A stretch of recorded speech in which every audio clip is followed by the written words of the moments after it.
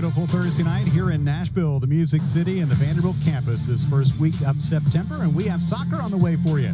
The Kansas Jayhawks visiting the Vanderbilt Commodores. KU for Coach Nate Lee in his first season at 2-1-2, and Aaron Ambrose and the Commodores unbeaten 3-0-1 here in 2024. Kevin Ingram alongside Kelly Glendenning. It is great to have you with us, and Kelly, this figures to be the toughest test today for this Vanderbilt squad. It is. Two really good programs out here, both off to solid starts. And it's going to be interesting, too, with Vanderbilt, just seeing the pace that Kansas is going to bring to this game. It's going to be a challenge. Yeah, Coach Nate Lee saying they've had some bad luck so far and looking for a win here in Nashville. It was a draw last season out in Lawrence, Kansas, 1-1. Moira Kelly with the score to put Kansas in front in the second half. Just out of the reach of Sarah Wadelko. Almost got to it, but then Kelly down on the other end of the pitch. Vanderbilt with a great setup for Addie Porter to score the equalizer. Yeah, getting right into that final minute of play. A great turn there from Courtney Jones. Finds Addie Porter in the box to tie up the game 1-1. Vanderbilt gets to leave with a draw rather than that loss. Took some contact, too, there at the end of the play. We're going to talk a lot about the Watts sisters. It is a family affair here. They played in that match last year, the 1-1 draw, and here they are getting ready for this match tonight. Sydney on the left, Lexi on the right, have both key parts of their respective programs. Yeah, Sydney Watts coming in her sophomore year. She's been such a standout here for the Commodores. She is leading the team right now in goals, and then Lexi Watts as well. Fantastic 3 years with Kansas, and she's leading her team with 24 shots so far this year. Trying to break through in the goals department, so they should be key for these teams. We're coming back with the lineups and get it started here on the SEC Network.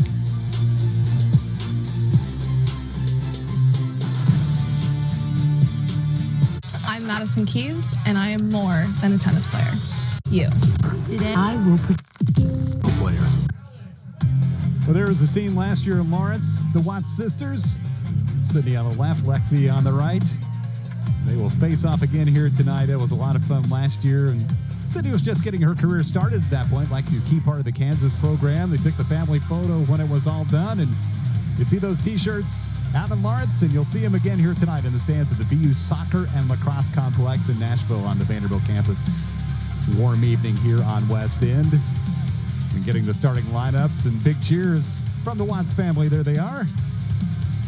Back here and ready to watch round 2 between Kansas and Vanderbilt. Only the second ever meeting between these programs. That's a whole lot of fun. We'll get a look at our coaches. There's Nate Lee. His first season at Kansas, he had a great run during his time at Xavier in Cincinnati. So it's been consistently frustrating with some combination of results and the play when it mattered most for this Kansas team. See the starting unit for the Kansas Jayhawks, including Sophie Dahl in goal. We'll talk about her in just a moment, but a combination of some veteran players and some young players as well. Saw Lexi Watts there up top for Kansas. There's Darren Ambrose, 10th season at Vanderbilt, has gone over 100 victories as head coach of the Commodores, and tonight going after a career win, number 250. He's done an outstanding job with multiple SEC championships. And there is the alignment for Coach Ambrose. You see Rachel Dureski up top with Sydney Watts. Rachel, she has done a great job setting up teammates, still looking for that first goal of the season. Caroline Betts with a goal last time, and Courtney Jones with the brace.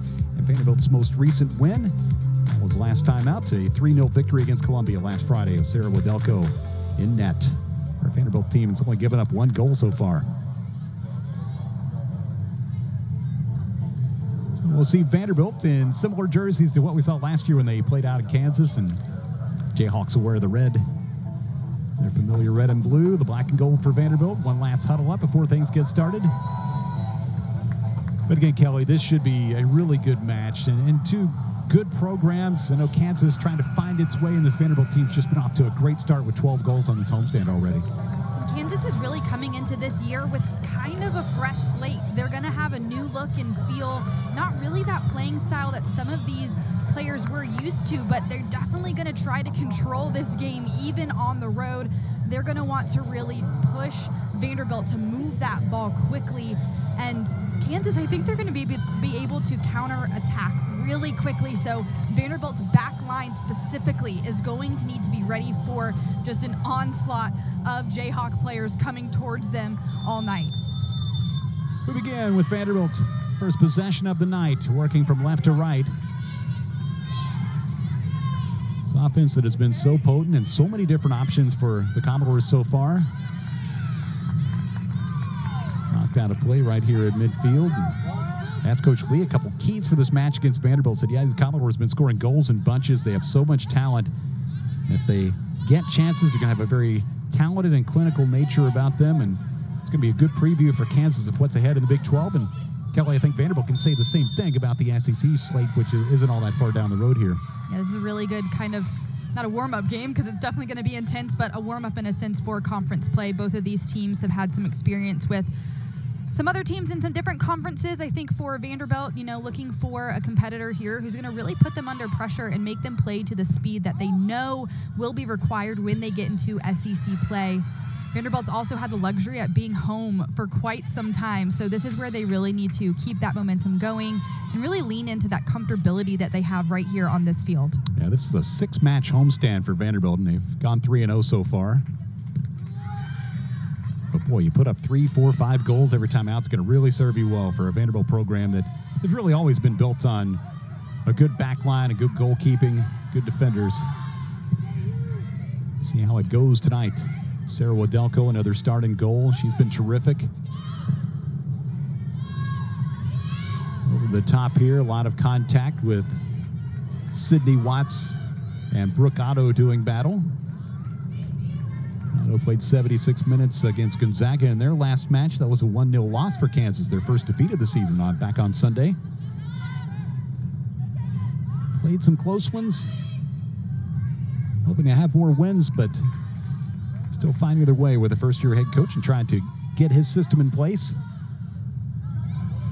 Kevin, the word he described was just bad luck that they've had in, some things like weather or just out shooting the opponent double, triple what they had coming towards them and just not really able to lock it down. And so, tonight here, they're really wanting to kind of reset, reestablish, get back to playing the game that they want to play, which is, like I said earlier, really controlling the middle of the field, not just relying on the counter, but still being deadly on the counter, putting a lot of pressure here on Vanderbilt. And so, I think Lee looking for more good luck to come their way versus the bad luck. And sometimes that's just kind of how the chips fall.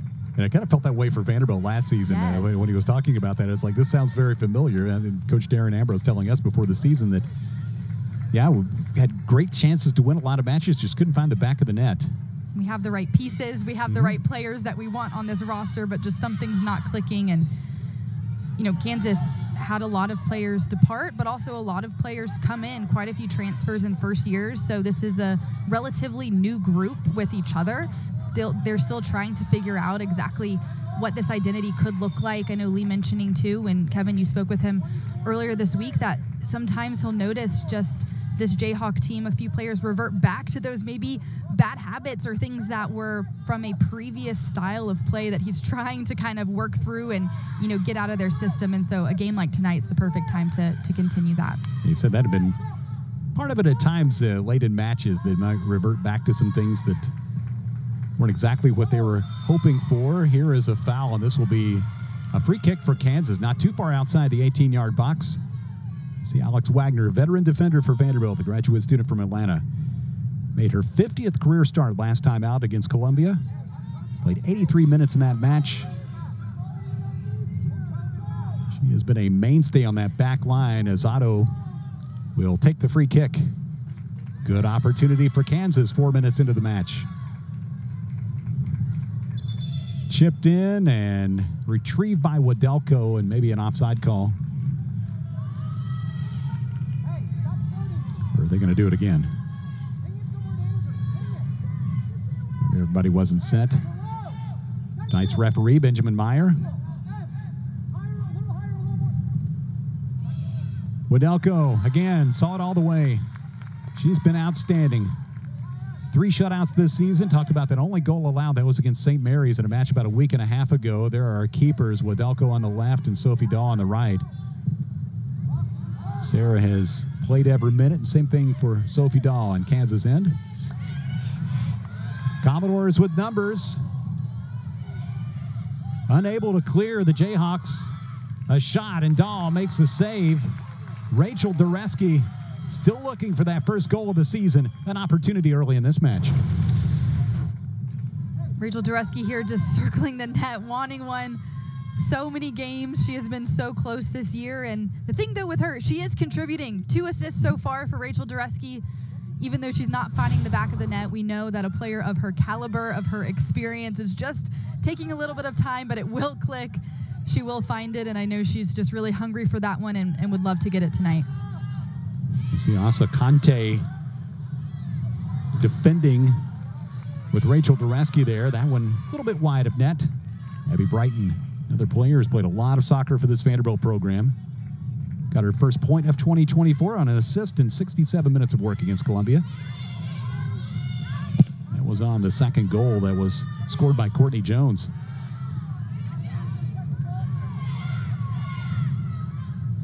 We were joking during that match that maybe Courtney should have got more than one for each of those. Those were way at long range.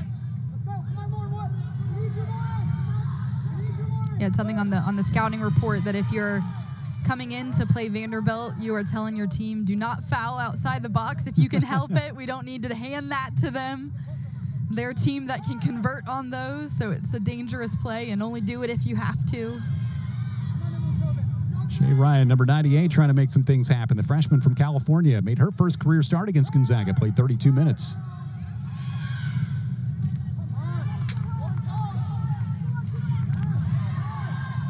A little more possession for Kansas than we've seen out of the opponents in some of the other matches so far. It's Caroline Castens, the sophomore. Flower Mound, Texas, her hometown. Who started all 18 games in 2023 and scored a goal. Veteran play by Abby Brighton right at midfield. We talk about it a lot. Game in and game out. Abby Brighton, Alex Wagner, some others on this team. You know what you're going to get out of those veteran players. Oh, absolutely. So consistent, so solid, great leaders on the team. That's exactly what, Coach Ambrose definitely wants from that senior leadership, especially when you have some of those rotational players, those transfers coming in, those freshmen. Having kind of that solid backbone, those reliable players, is really what shapes that identity and keeps that flowing over year. Watts trying to connect with Michaela Merlo. Graduate student from Colorado. And went off the foot of Courtney Jones in Kansas. We talked about the counter. Here they come. Down the left side, Jessica Hinton. Sarah Wadelko, Hinton, a graduate student from Connecticut. She transferred from Brown. Has been installed in the starting lineup in the back line. Has been out there for heavy minutes so far in 2024, and she's been really good.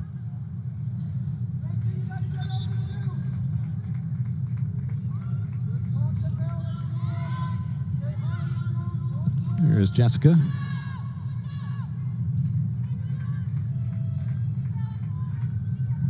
Kansas actually played a match at Brown. There was a no contest back on August 26th. They played about 50 minutes of the match, and then weather came through, and they were not able to finish. I think there was some disappointment for Kansas that they weren't able to have an opportunity to win the match, at least complete the match after traveling up to the Northeast to play. Here's Lexi Watts. We talked about the Watts family. Junior Lenexa, Kansas, which is just to the southwest of Kansas City. She is the Kansas leader with 24 shots, 12 on goal, and that's the same as she had in all of 2023. She was second on the squad with 7 points.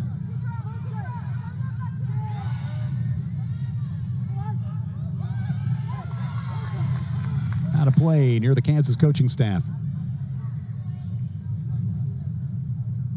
In the first 10 minutes here, Kevin, I feel that Kansas is really doing a good job of disrupting Vanderbilt's style of play. They haven't really allowed the Commodores to work that ball around, keep possession like they like to, and really, swing it across the back line and dictate the tempo of the game. So Kansas doing a great job so far, really piling on that pressure and not letting Vanderbilt get comfortable. Yeah, it feels like Kansas has been able to keep the match in the middle of the field, whereas Vanderbilt has had so much of the possession in the matches that we've seen this season.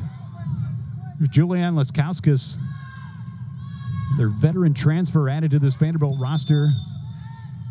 Offside the call. Castens got there for Kansas.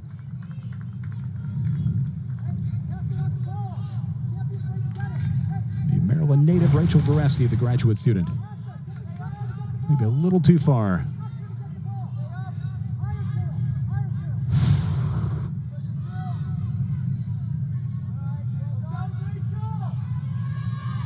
Seven goals, 4 assists, 18 points for Vareski last season.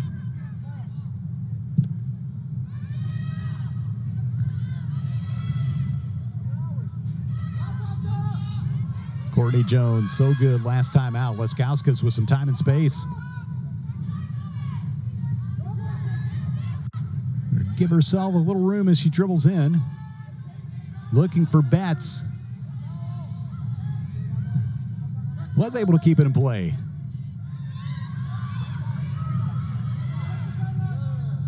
And Vanderbilt able to reset as Teeter got there.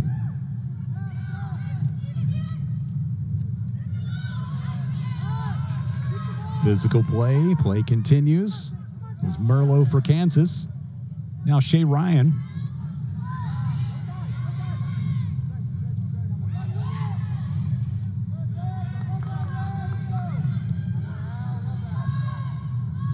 Betts.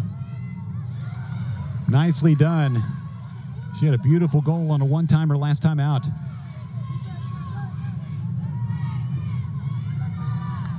Teeter and Wimes.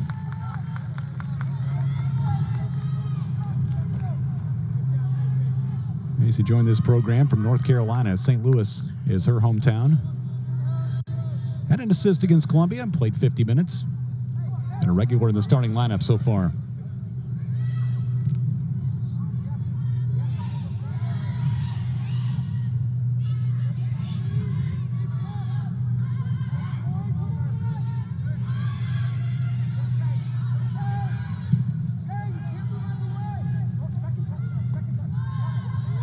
And that went out of play right near the Vanderbilt bench. You saw Betts, you saw Emily Tobin, the sophomore.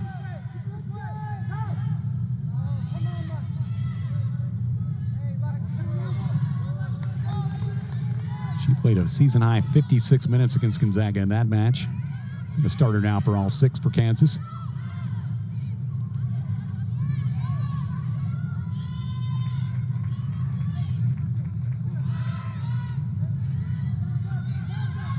It's Jones. Out wide for Betts, but couldn't get there quite in time. Kansas continues to do a very nice job defensively here in this opening half. And Kelly, coming into the match, kind of look at the numbers this year compared to last year through the same stretch of games, and the shot numbers are way down for their opponents. Yeah, they're staying really organized here. And the other thing that, Kevin, I think we're going to see throughout the course of this match from the back line, but also from both teams, is just the physicality. I think that this is one of those instances where we might have some stoppages of play here, especially just as we get into the second half as well. But, you know, both of these teams are very hardworking, athletic teams. And, you know, I wouldn't be surprised if kind of the momentum of the game and the way that it's been really back and forth so far kind of lends itself to a couple more fouls. Both teams just going really hard and really wanting to, you know, gain control, win control, because they're really fighting for it now. But that's what I've got my eye on, is watching for those fouls. And oftentimes you see those things ramp up as the game goes along, and maybe especially as you say get toward the end of a half where players to start see that fatigue set in a bit. So Hannah McLaughlin there a moment ago. I haven't mentioned her name yet tonight. Jones has it poked free by Brooke Otto and out of bounds.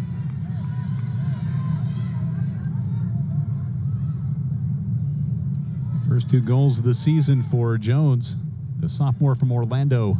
Vanderbilt's win against Columbia.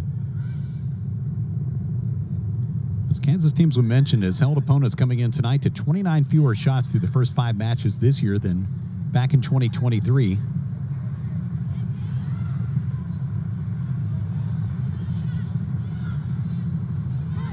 A total of 32 entering tonight's match for their opponents compared to 61 through the first 5 games last year.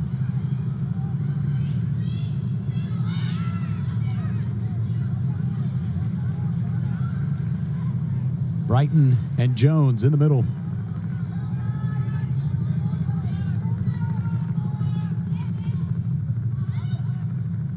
up, it's Hinton.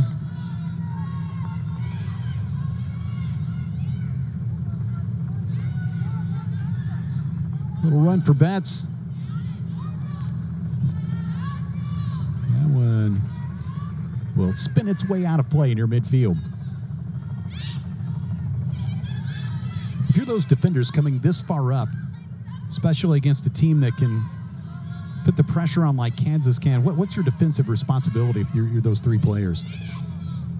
You know, it's really about a team mentality there, and they need Sarah Wadelko to help, and she is kind of their eyes and ears, and if she sees those gaps, it's, you know, on her to call that out. But the really good thing is that you'll see Abby Brighton, who technically is in the midfield. She definitely sits back and is more of that holding midfielder, so she acts as that extra line of defense.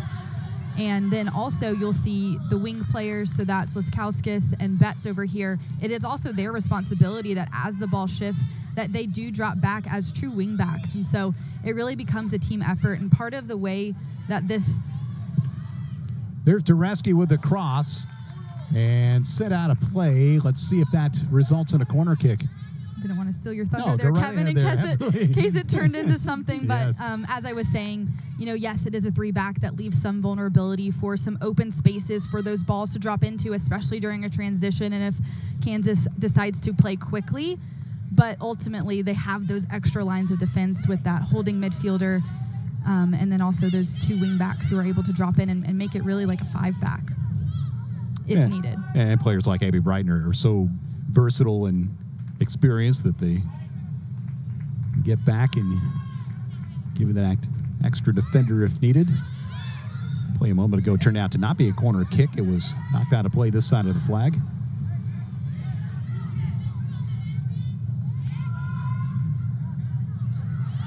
Betts in the starting lineup. She entered in place of Addie Porter last couple matches, with Addie shaken up and out of the lineup a bit. They hope to have her back very soon.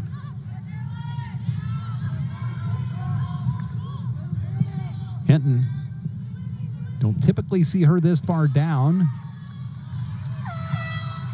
This will go in Kansas direction, and we'll have our first sub of the night coming on for the Jayhawks. 27 to play in the first half, scoreless match here in the Music City.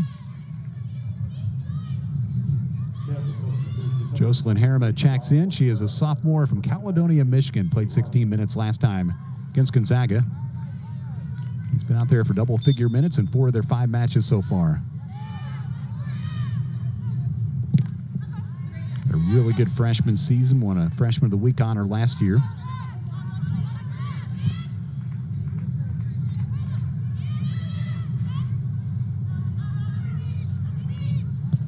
Tightly played match so far. The Commodores and the Jayhawks, the second time ever after they played to a 1-1 draw. Last season, they met out in Lawrence.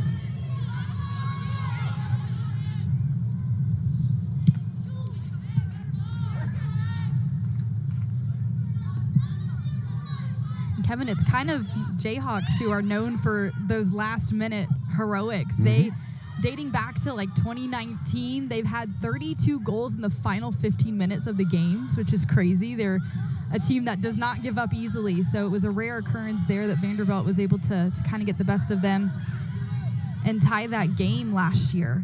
It's kind of the other way around typically for them. They're the ones that score the dramatic goals late.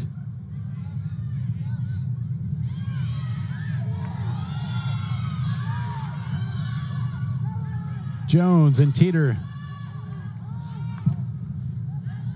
The good offensive chance has been hard to come by for both squads in this match so far.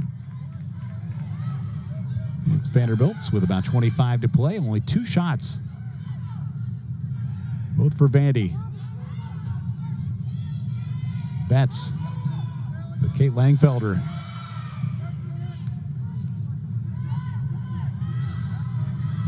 One of the 15 new players on this Kansas roster.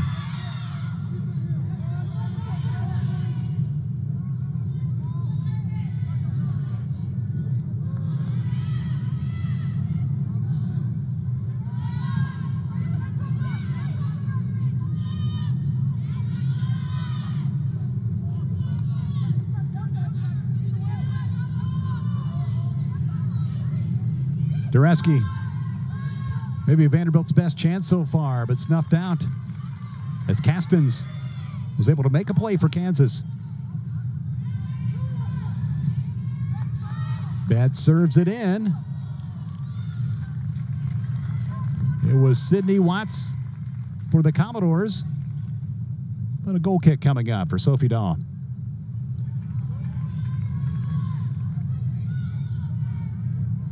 One goal allowed, 2 saves against Gonzaga. Making her 6th start, she has allowed 5 goals on the season with 9 saves. The redshirt freshman from Memphis.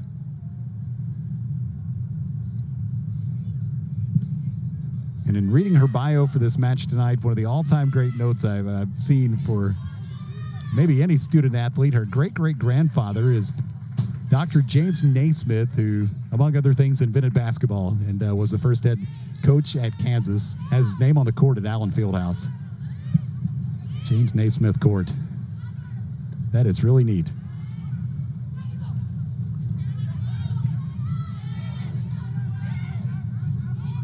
Watts for Leskowskis.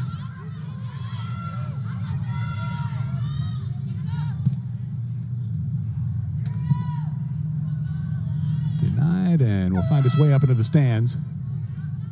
Jayhawks coming with a couple more subs. Jordan Felstad, the freshman from California.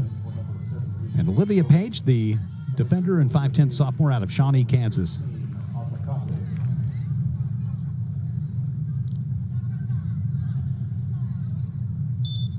A little instruction there from Coach Lee.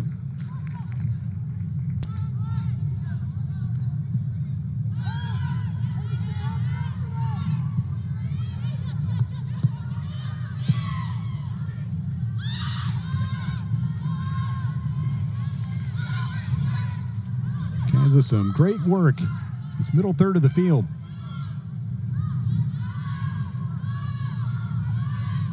He's back to Brooke Otto to reset.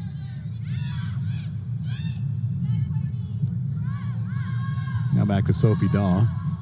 You know, I was thinking about, you're having a conversation, just, hey, did your parents play ball or anything like that? And they say, what about you, Sophie? He's like, yeah, my great-great-grandfather invented basketball. No big deal. Yeah, what do you say to that, you know? Such a flex. Remember the peach basket and all that? Mm-hmm. My great-great-grandfather.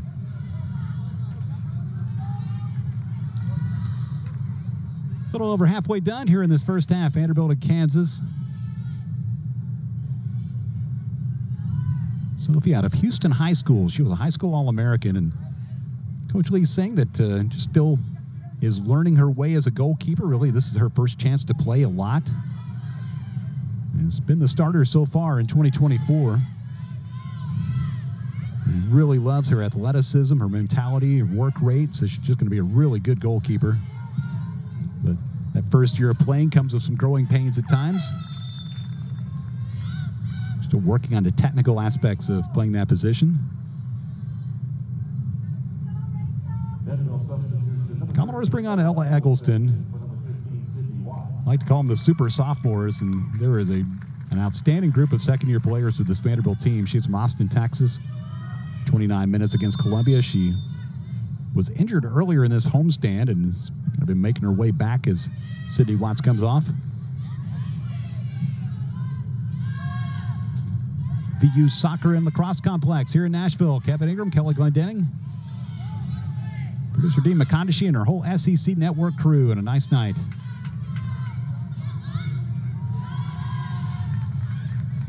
Watts able to get the cross away. McLaughlin for Vanderbilt. Castens couldn't get around Vanderbilt's Julian Leskowskis.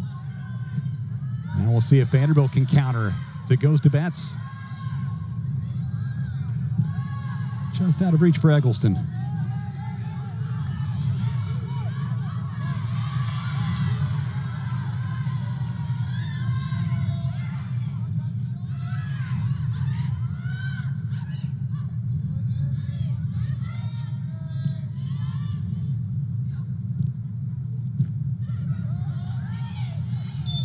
Battle on and a foul with Eggleston.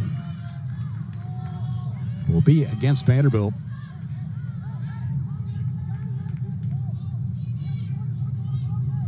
The SEC all-freshman squad last year, Ella second on the team with 5 goals.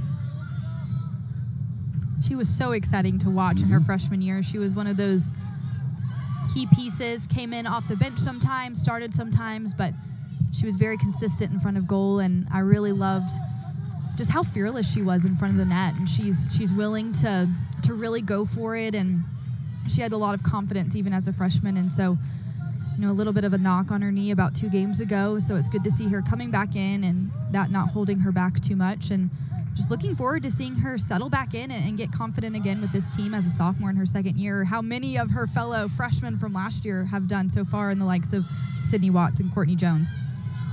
Yeah, they have all been outstanding, and I think Ella thought she got shoved out of bounds there a moment ago. Well, a shot for Kansas, and right into the midst of Sarah Wadelko. Harima got one on frame for the Jayhawks.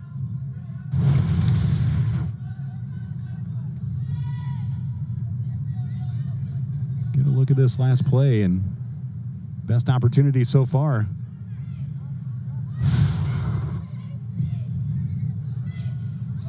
Sophomore, mentioned from Michigan, an all-state selection, first team in that state as a high school player. There's that physicality coming through, Kevin. A little bit of a wake-up call there. Caroline Betts.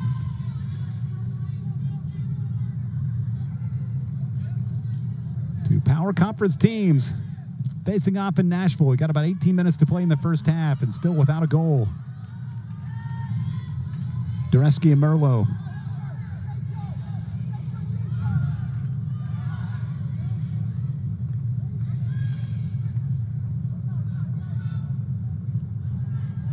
Time and space has been hard to come by for Vanderbilt in its offensive attack. Kansas has had a great game plan, and it's worked well for him so far.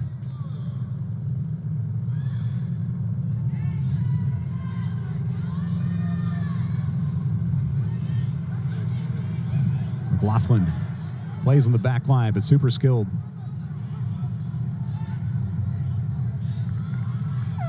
So we'll roll over to Coach Ambrose. Kansas has gone much deeper into its bench so far. Raina Knust is in. She is a sophomore, or a senior, I should say, from Grain Valley, Missouri. 46 minutes, 3 shots, 1 on goal against Gonzaga.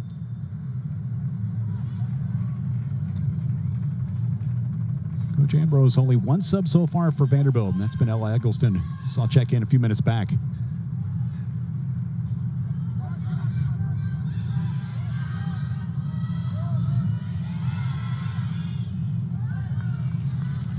Went to Eggleston, but plenty of defenders for the Jayhawks. Vance will look to throw it back in.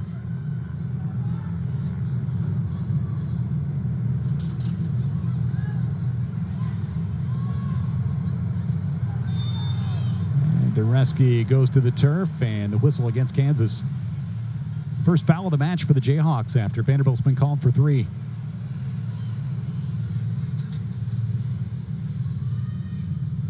Well, a free kick from about the SEC logo. What are you trying to get done here, Kelly? Definitely just find a player making a run into the box way too far to get any sort of shot, so they're going to want to sort of do like an in-swinger here, have their team break from the wall, try and get a foot or a head on it.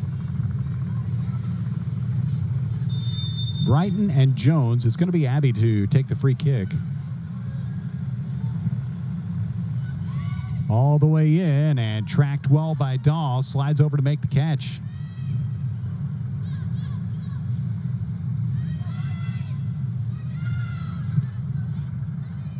The first free kick for Vanderbilt on the night. Neither team with a corner so far. That was Jillian Gregorski going to the turf, the freshman from Connecticut.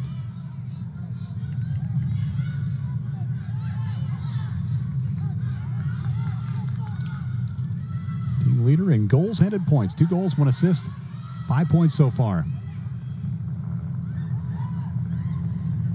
Settled down. Here's Lexi Watts. Takes the shot. Missed wide left, but close. In search of her first goal of 2024.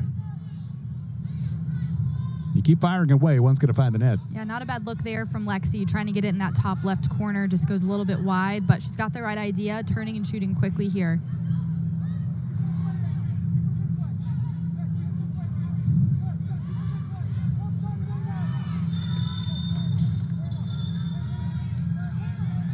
It's out near midfield. Coach Ambrose has really enjoyed coaching this team so far and got to 100 victories at Vanderbilt a couple games back. So it made him think a lot about some of the teams and players from the early days when he's took over this program a decade ago and has had so much success here.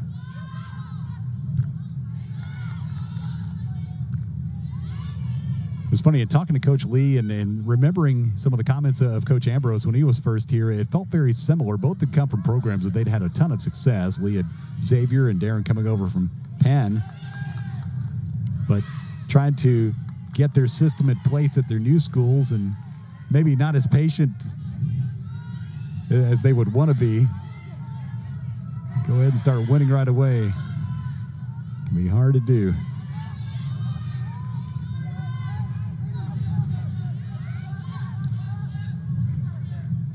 These coaches have built consistent winners everywhere they've been.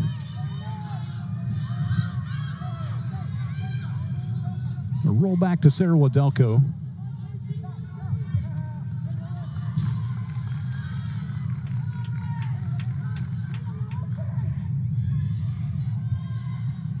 Looking for shutout number 4 of 2024. We've got about 13 to go here in the first half. Inside the box. Not a soft landing on that play as the ball finds its way back to midfield.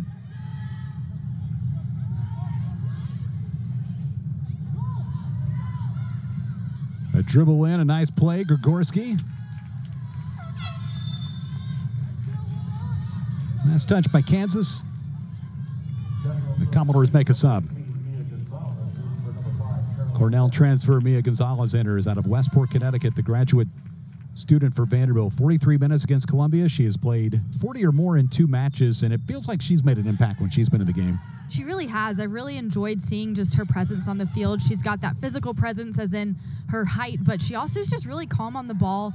She's a good kind of physical enforcer as well. She's not afraid of contact, and I actually think this is a game that she'll kind of thrive in just with the way that Kansas has really played Vanderbilt so far. Chances have been at a premium in this match. Each team with 1 shot on goal.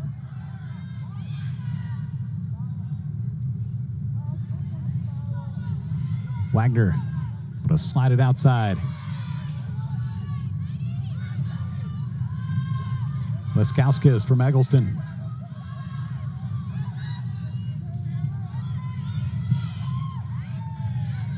Jones trying to get there for Vanderbilt. Seen Brighton make those types of moves for years for this Vanderbilt team.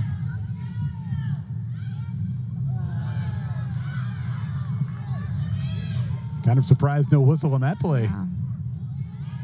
A bit reckless, and Ella Eggleston holding the back of her head there. So Olivia Page kind of come over the top there.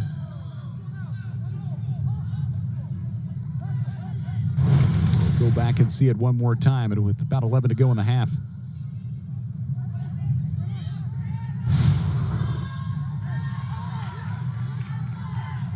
A foul in midfield on Vanderbilt.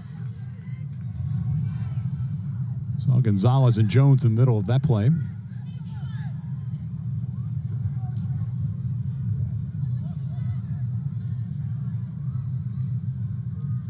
Brocado, who started her season at Ohio State in her home state.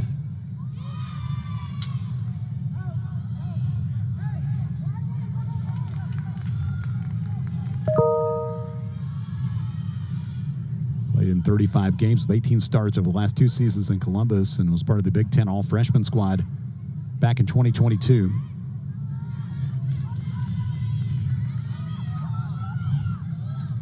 To go first half, and that will be a foul this time on Grigorski.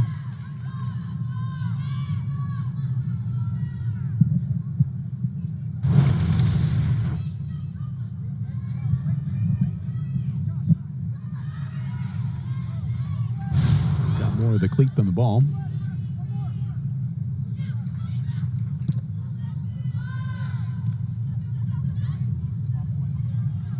Gonzalez still going to track it down.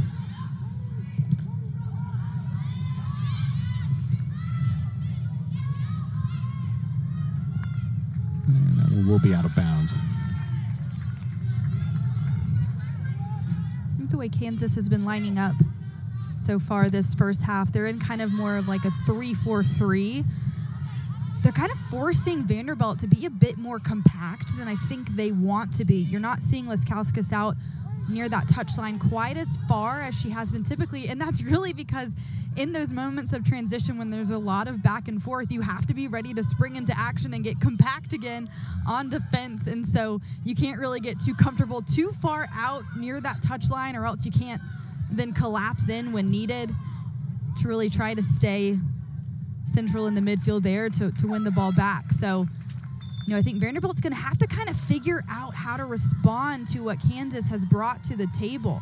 We've not seen this speed of play so far from an opponent here in Nashville yet this season, and you can tell Vanderbilt's really trying to crack that code and figure out how they can get successful and get back to their game, that style of play they like to play with that control and that possession, really doing some creative things in the attacking third. And so far, Kansas just has not really let them even get that going. You see the subs coming in for both sides. But I think you make a great point when you think about the teams that Vanderbilt has played, and they're good opponents and good programs, but sort of a different level of speed and athleticism we're seeing tonight. Great test for both these teams.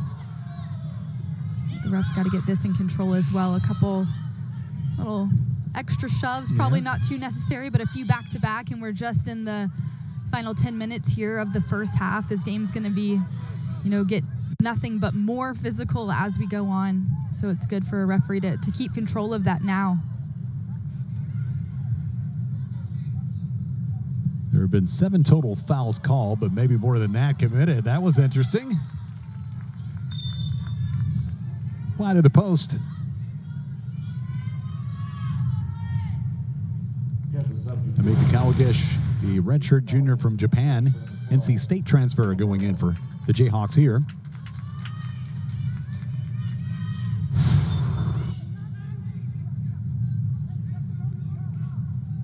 Kawagish had 29 minutes of work against Gonzaga. Scored a goal at Drake, had an assist in their opener against South Dakota State.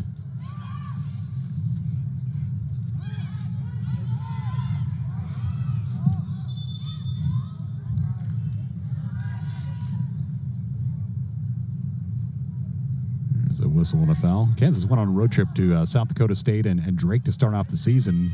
South Dakota might not be the worst place to be in the middle of the summer when you're starting off a soccer season. Better than down in Tennessee, I can tell you that, with our 90-degree home opener. It was warm today, but not nearly as warm as it was last week. It was over 100 for a lot of the week. Kansas playing against some pretty tough opponents as well to start the season. From 2023, South Dakota State, Brown, and Gonzaga, all tournament teams, all really strong programs, and so Kansas had their work cut out for them just to open up the year. Brighton, the ball was knocked down.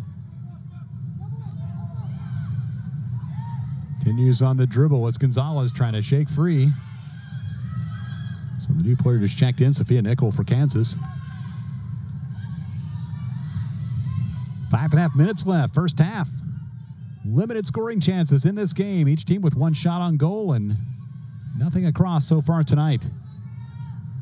7 total shots, 8 total fouls.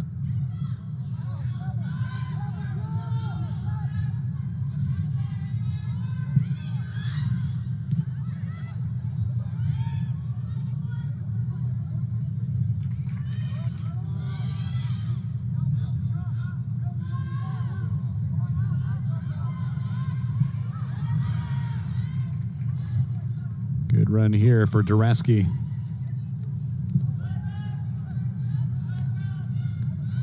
Ball may end up over in the tennis facility. retrieve it behind the hedge. Dunkirk, Maryland, the hometown for Rachel Dureski. Cleveland, the hometown for head coach Nate Lee. Spent a lot of time in Cincinnati. I asked him, okay, so are you a fan of Cleveland teams or Cincinnati teams? And talk about Reds and Bengals or Guardians and Browns. He said, nope, Cleveland all the way. And he said he had even converted his family, which said his wife was from Cincinnati and his kids were born there, and said they're all Cleveland fans. I went to Cleveland for the first time this summer. It was lovely. Been there a couple times. Had fun. Rock and Roll Hall of Fame's cool and good venues to watch sports. Seen quite a few Kansas City Chiefs jerseys here tonight as well with their Thursday night. They had a weather delay. Yeah, they had there's some lightning out at Arrowhead. I don't know that I want to see Derrick Henry playing for the Ravens. That might be a little hard for me to watch. Oh, yeah, you're right. I haven't even processed that yet. I'll watch it for Taylor Swift, of course. Predictable. But. There you go.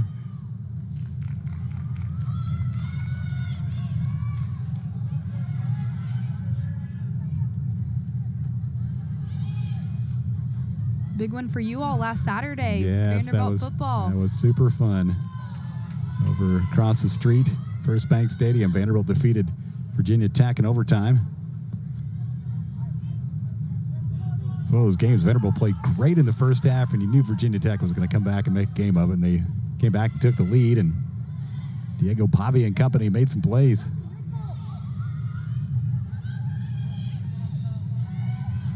But it just felt like a whole week of excitement on this campus, and look at the fan base. Cleared out of harm's way by Jessica Hinton for Vanderbilt. Let's see if the Commodores can counter here. Jones.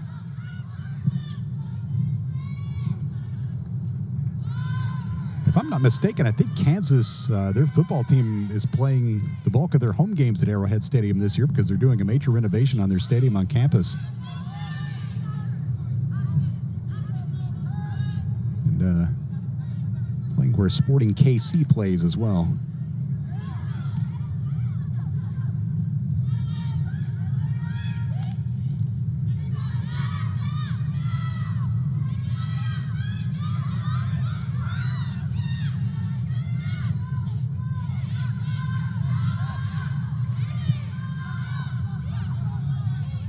Page goes back to Dahl.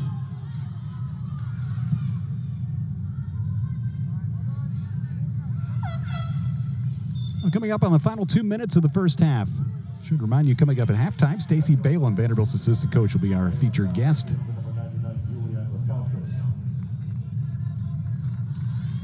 Leela Kaunick enters the match for Vanderbilt. Sophomore, Lake Worth, Florida, 19 minutes last time, has appeared now in all 4 games in the homestand. A career-high 56 minutes, got an assist against Belmont. That 5-0 win, I don't know there will be 5 combined goals, maybe not 5 combined shots on goal in this match tonight. Tightly played, Vanderbilt and Kansas. It's going to open up, though, in the second half, I think, Kevin. Just that natural full game fatigue starts to set in. Both teams can go in the locker room, and this is going to be kind of a meeting of the minds with the coaches and their teams. They have got to both find a key to unlock their offense here. Both are playing each other very tightly, very compactly. There's been some great battles, but they need to get something going here, or even just, Kevin, we haven't even seen corners and set pieces opportunities here. So if one of those teams can capitalize even on something like that, it could be the difference maker in a game of this nature. Yeah, Vanderbilt has had a huge advantage in corner kicks so far this season, but none in this match tonight for either team. Again, so much of it's been played in the middle third of the field. Senior Mia Castillo, California native, on for the Commodores. So we're inside the final minute. See what adjustments these teams make as we move into the second half.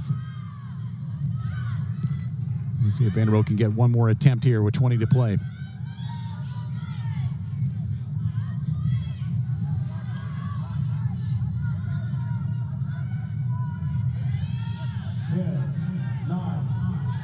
Time ticks away. Jillian Grigorski. 5, 4, 3. Not much on that attempt. Scooped up by Wadelko, and that will take us to the half. Tightly played first 45 minutes of soccer. Coach Darren Ambrose in search of career win number 250 tonight. 10th season as head coach of the Commodores. Nate Lee on the other side. Year number 1 as head coach of the Kansas Jayhawks, and that was a heck of a first half.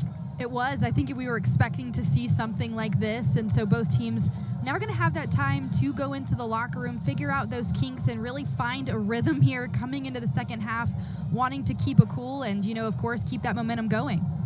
Let's visit with associate head coach Casey Durkaz. He joins us now here at halftime. And Casey, a really tightly played first half. What did you see? Yeah, everyone came out about 1,000,000 miles an hour, and it's kind of what we expected playing this Kansas team. They're a hard-working bunch. They put you under pressure. It's just going to take us being able to control the game a little bit more, kind of handle their pressure, and they're scrappy, so it's about matching their intensity as well. Yeah, how do you generate more opportunities for your offense?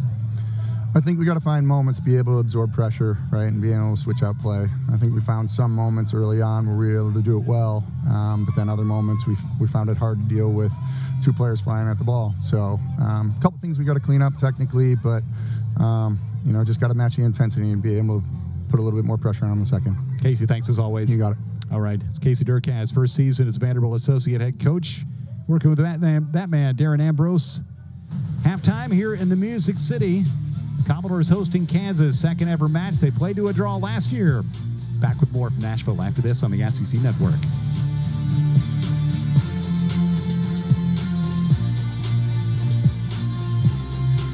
My name is Promotion. Out of the luck. End of the day, how I get this done. Our halftime feature, we're going to visit with Vanderbilt assistant coach Stacey Balaam in her second year with this Commodore program. But our SEC Network cameras caught up with Coach Balaam's mom during a visit to London last year, and we found out some things we didn't know.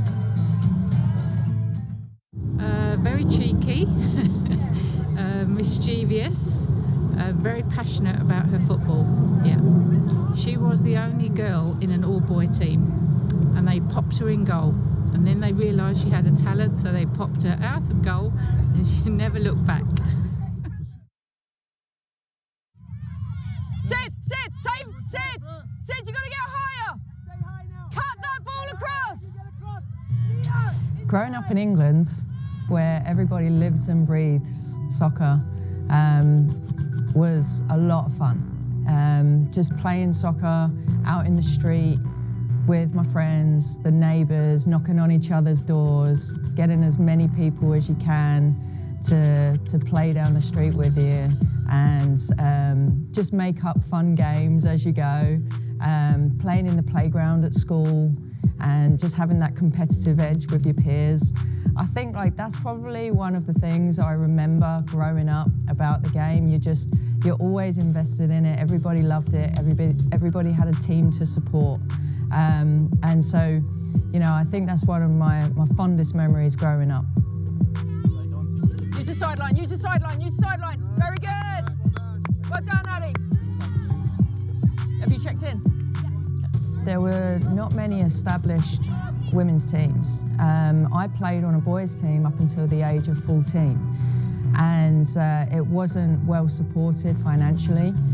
There were a lot of volunteer coaches at the time, but had an investment in the women's game, but just were not getting a lot of financial support. Well done.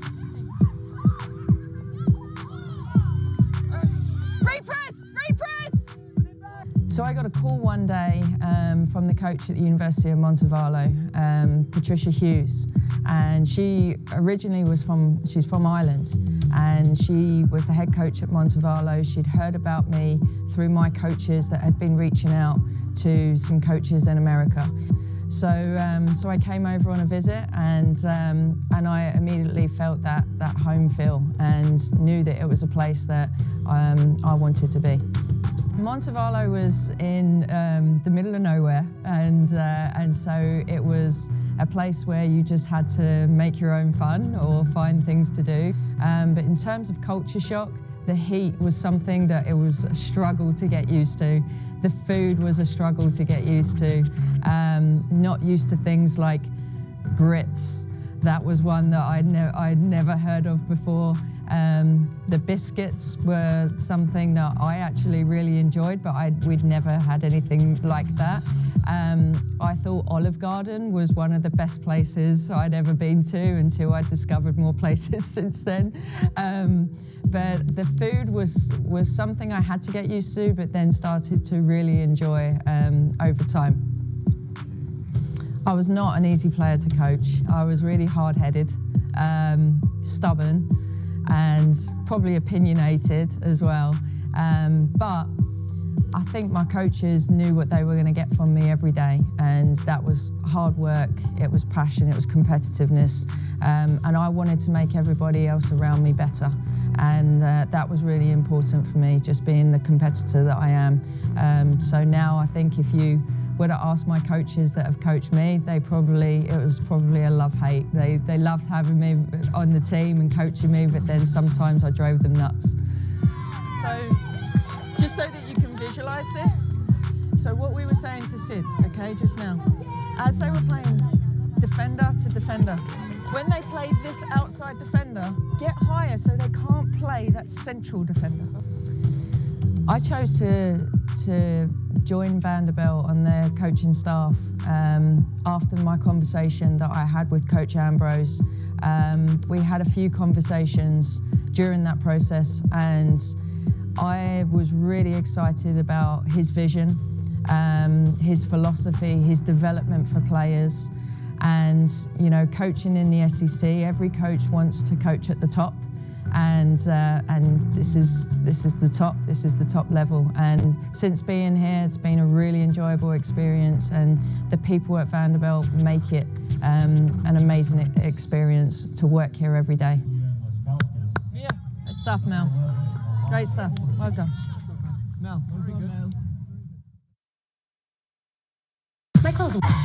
Is this Max? Tampa says Yeah, what a game, and to get this Saturday. When we powerful. Through all weights. Across the second ever meeting between the Jayhawks and the Commodores. First half highlights. Kelly, not a whole lot in terms of goal scoring chances. Anything that felt like it was going to develop was quickly snuffed out. Yeah, not too many shots here in the first half, and it really was just a tale of the center of the field. Both teams not really able to generate much in terms of an offense, mainly because they were so focused on winning that ball in the midfield. It's been truly a battle for possession, a battle for control of the game, and because of that, shots have just been a bit tougher to come by. Skauska's trying to get to that one, a little wide with Sophie Daw in goal. 7 total shots, 2 total shots on goal. We saw that one by Harriman there a moment ago, and seen a few fouls. Maybe they could have called a few more. But Kelly, the number, one of the ones that stands out to me, no corner kicks in the first half. Yeah, set piece might really be the key to unlocking this game, maybe getting that first goal for one of these teams. So they're going to want to definitely play smart here and just try to get in there attacking thirds and create some sort of opportunity on goal. 23-14 in corner kicks for Vanderbilt entering tonight's play, but none so far. 7 different players with a shot. Beautiful views of the Vanderbilt campus, the tower just the other side of First Bank Stadium. As we talked about earlier, they'll be busy with football on Saturday. Hawkins Field, home of the 2-time national champion Vanderbilt baseball team. Kevin Ingram, Kelly Glendenning, Dee McCondish here, our producer. Our buddy Jeremy Schrank helping us out tonight, doing a great job too. And as always, our SEC Network crew. And also on hand, the Watts family. We talked off the top about Sydney, who plays for Vanderbilt. She's a sophomore, and Lexi, who's a junior for Kansas. And they are outstanding players of their respective teams out of Lenexa, Kansas, which just kind of to the southwest of Kansas City. And special t-shirts and everything for the occasion. They were there last year, and these teams played out in Lawrence to a 1-1 draw. You may see something similar tonight. Both the goals in that match were scored in the second half, including one at the very end by Addie Porter on a great delivery by Courtney Jones. It's got to be a really unique position as parents. And, you know, we were talking about the Kansas City Chiefs earlier, but Mama Kelsey there, she's mastered that skill of kind of pulling for both. And, luckily last year for Alexi and Sydney, it was a draw. So for the parents, not really having to do too much work there emotionally, mentally after the game. And, also too, I can't help but notice how close they are in age. And so growing up, they've always kind of had this tandem. And, there are sometimes probably some high school overlap where they got to be teammates and everything. So, how special, because it's not often and it won't be very long where they'll get to have this. So a really good moment, not only just one year, but back-to-back years of getting to play one another.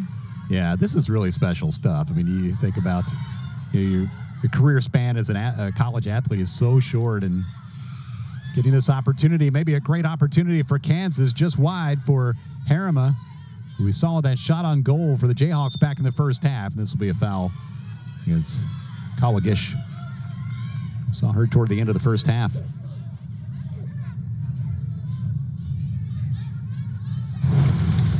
Pretty dangerous cross here from the left over to the right for Kansas. Just no one was able to really get their foot on that ball, but still really, that's a deadly cross. Settle down. This is dangerous. Close range. Right at the 6-yard box, and Lauren Wood was right there for Kansas. Kansas definitely coming out here wanting to get that first goal of the game early in the second half. That's kind of the time to do it. See if you can catch the other team who maybe has not woken up, coming back outside from the locker room quite yet, but some chaos caused in the box, that can lead to goals sometimes. So Kansas picking up where they left off and really keeping that pressure on. It's like they've had more chances in the first 2.5 minutes of the second half, maybe the entire opening 45 minutes. And we're just trying to advance the ball out of this end. We knew this would be a different sort of challenge at what Vanderbilt's faced on this homestand. Good teams. Vanderbilt scored 12 goals in the first 3 games, but much tighter match tonight. See Jordan Felstad, the freshman, played 30 or more minutes in the first 3 matches for her college career. Eggleston and Betts, and poked down a play by Olivia Page.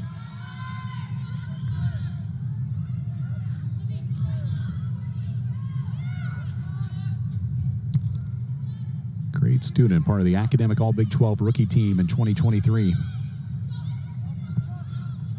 Wagner.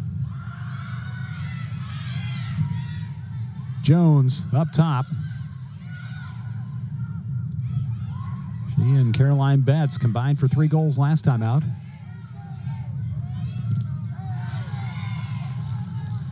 Gotta pay attention over on the Vanderbilt bench.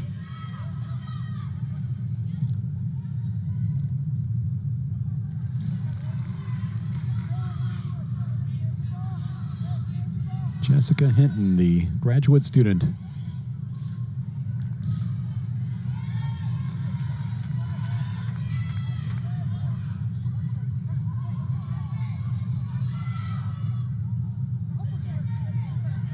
Who can come up with that really good chance and have a shot at breaking through. It's Brighton. Trying to get to that cross. And the first corner of the night is on the way. Felstad was the one who touched it last. So almost 50 minutes without a corner kick in this match. That will change with Abby Brighton going over to take it. This is so important for Vanderbilt. This could be one of the only quality chances and looks that they get on goal all game. So it's important to not waste this and get it into a dangerous spot. Everybody ready. Brighton from the corner. Denied by Kansas. The Commodores keep control.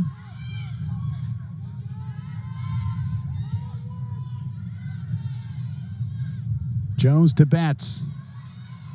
A good turn.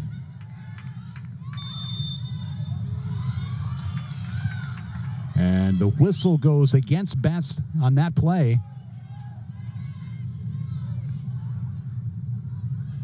You hold your breath anytime you hear a whistle that's inside the 18-yard box.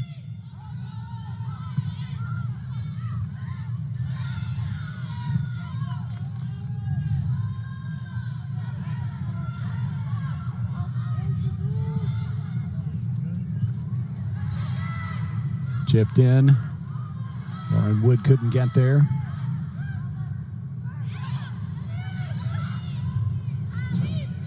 Wadelko off her line to make the play. She started them all so far. Off her 7th career shutout, she has 3 clean sheets so far here in 2024 in 4 matches. Only allowed 1 goal.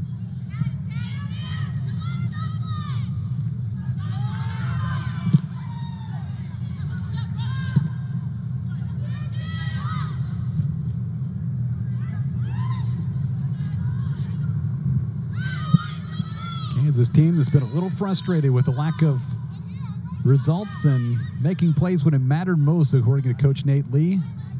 So you look at the last 4 games, they walked out somehow with no wins, a loss, a couple ties. They outshot Tulsa 30-6 and got a draw. The game at Brown, they were ahead, but that game was lost to weather, declared a no contest. And last time out against Gonzaga, played well enough to win, but saw the Zags put up the goal that it took. Says they just got to clean things up, got to clean up their weaknesses, their vulnerability. He said, just coaching a team at Xavier the last few years, it doesn't concede much of anything, and building the program at Kansas.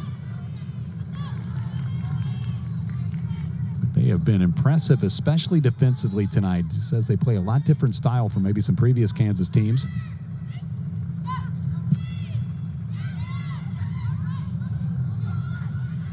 A miss by Hinton. Could it be a chance for Kansas? McLaughlin for Vanderbilt.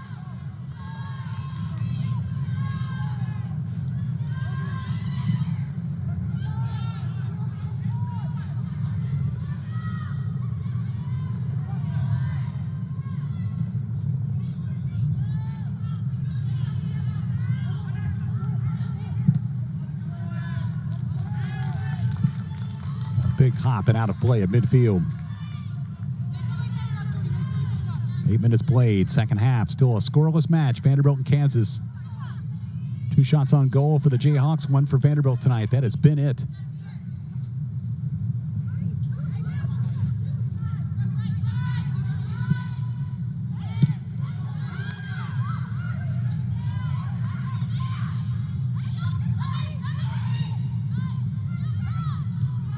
Mackenzie Bovey involved in that play at midfield a moment ago. Out wide, it's a Jayhawks looking for the cross. Caroline Betts just outran everybody to get to that one.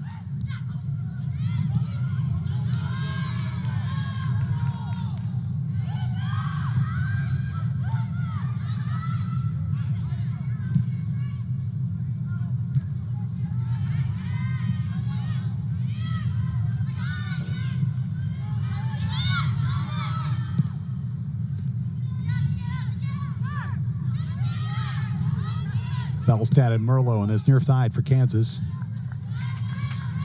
Wagner rolls it out of play. Kansas team picked to finish tied for 12th in the Big 12, which of course is among the conferences with a major revamp here going into this 24-25 season of sports. It's crazy to think about some of the changes that have happened, and it feels not even regional anymore. It's really free-for-all. not. No, it is a free-for-all. Somebody said the ACC now stood for All Coast Conference. Yes. SEC a little more measured approach, adding Texas and Oklahoma. 2 teams that have been mainstays in the Big 12 for many, many years.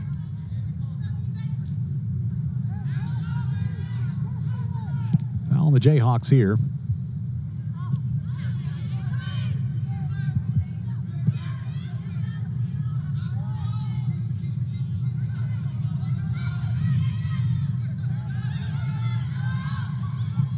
This Vanderbilt offense has been held in check.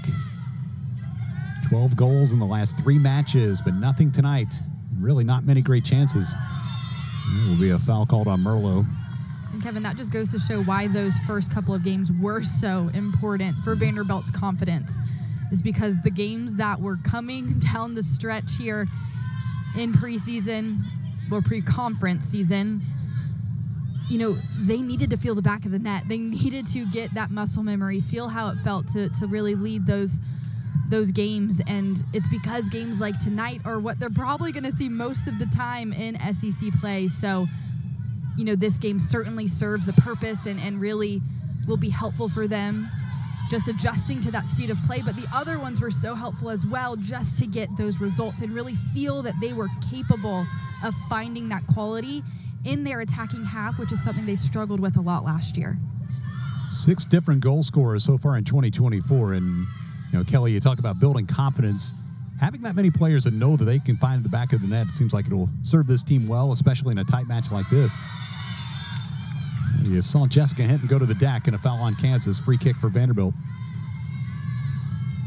Sage Wimes from Kansas City.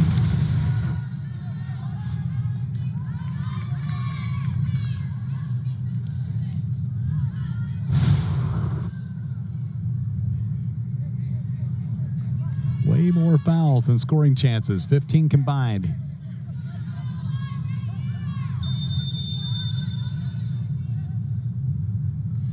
This might be a little too far for Courtney Jones to put it on frame. You never know. Yeah, maybe.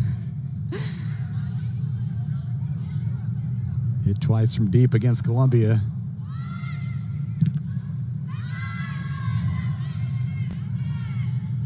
Hinton.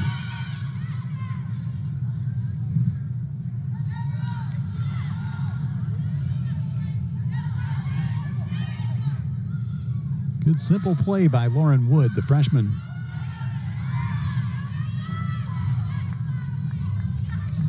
Jayhawks already with more chances, more shots. First 13 minutes of the second half than they had all of the first half.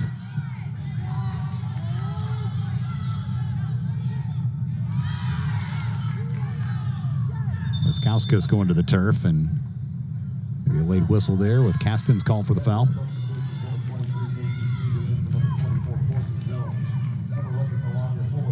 Well, you see the subs as Vanderbilt brings a few. The original starters, Macy Teeter, going back in for Courtney Jones. First appearance as well for Melania Fullerton, sophomore from Dallas. Lexi Watts back in. Harriman goes off.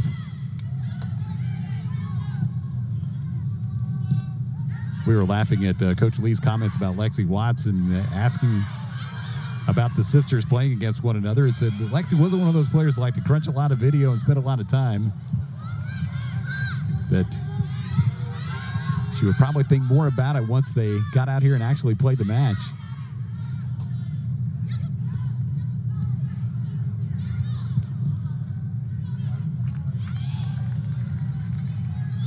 But I thought that was an interesting comment because there are lots of players that like to watch video and just spend so much time consumed with what's to come in the matches or doing the advanced work.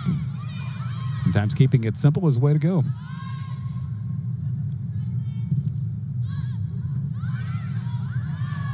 Yeah, I feel like most of those, a lot of times you just hear, oh, they're just a student of the game and they love to dive in and stuff. And, you know, I think it's a testament to her personality there. And sometimes when you've just got the raw talent, you've got it, and you kind of play off of instinct. And, you know, she seems like that kind of player that's able to really turn it on. And 24 shots so far this year, most on her, 25 after tonight. Most for Kansas here, and that unteachable quality, I guess you could say. It's something that we're seeing now from Sydney, her sister, as well as something that Rachel Dureski certainly has. And yeah, those players like that, they don't need to spend hours and hours watching film to get caught up, and they're really able to play off of instinct.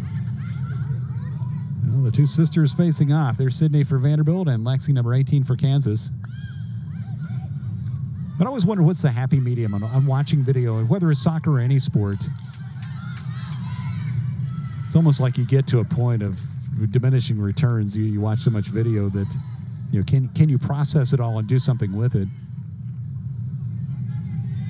Yeah, it has to truly be a hobby for you and something that maybe you would do outside of, even if you were responsible for playing or coaching or whatever, if it's something that you'd enjoy outside of that. And yeah, sometimes your eyes probably start crossing Right. and you don't know what you're looking at. And there's probably is such a thing as over-preparedness as well. I guess that's why scouting reports exist. Right. Yeah, break it all down and boil it down to a little more digestible thoughts on the match. Emily Tobin, there she is. She replaced Jordan Felstad in the lineup.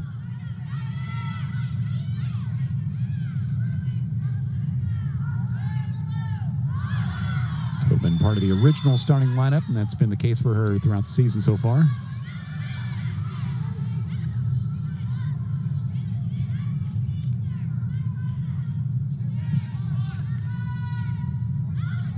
Who can get the best chance? We see that one big mistake that's really costly. How will it go in these final minutes? Betts, the cross.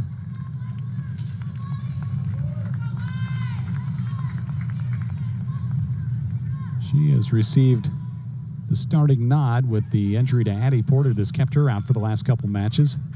The junior from Nashville.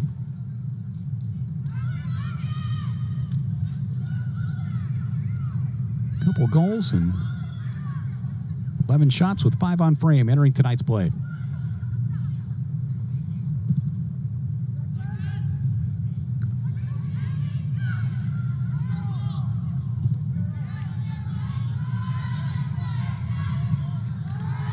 Hinton ends up on the turf, and this will be a foul against the Jayhawks. Positive reaction from the Vanderbilt bench. Yeah, Hinton's been roughed up a little bit there on that right side so far in the second half.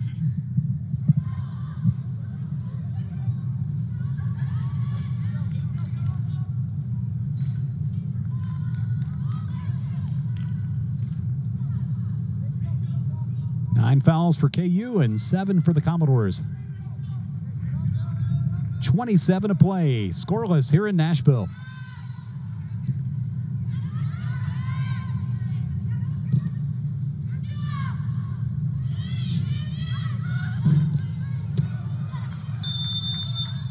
McLaughlin raced over to get to it.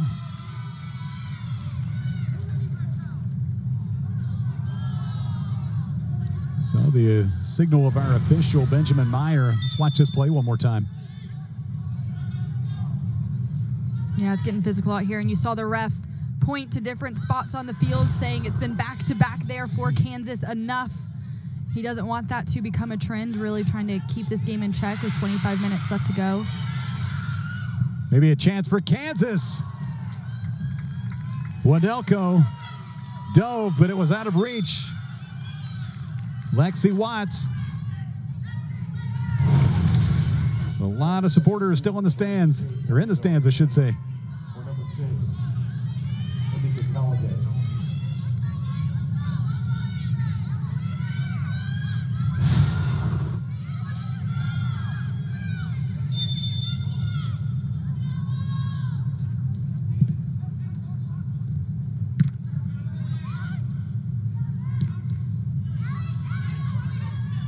Knocked down. Here's Brighton. Dureski. Not a lot on the pass, but it got to Gonzalez. Fullerton and Betts. Back to Brighton. Over to the top for Dureski, and Dahl comes up to play it on a hop. Boy, I wondered if Abby might go ahead and take the shot right there. No, but what a smart ball from Brighton there. That was something else. She was able to just chip it right in. That's kind of the unpredictable thing to do. She could have very easily just played that over to her right. She had a teammate there open as well who then could then go towards that corner, cross it in across the face of the goal, but she decided to go more direct there. Nice little chip on the ball, and Rachel Dureski getting a nice shove as well, and if she were anywhere near that ball, I think that could have been a bit risky. She fell to the ground, and Daw able to collect. Still, it is getting physical out there, Kevin. Seems to be ramping up with each passing minute here. We played 20 minutes in the second half, still scoreless.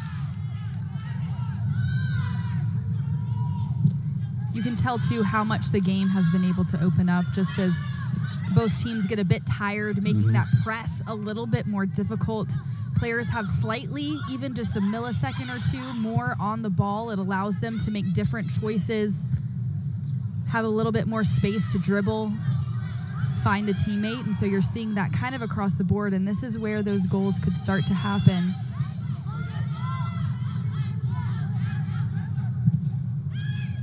Yeah, you see both teams able to be a little bit wider as well. And it almost, I mean, it's called opening the game up, truly, because it feels like there are less players on the field versus in the first half. It almost feels like there really are clumped more. up, right? Yes, there are more players on the field, but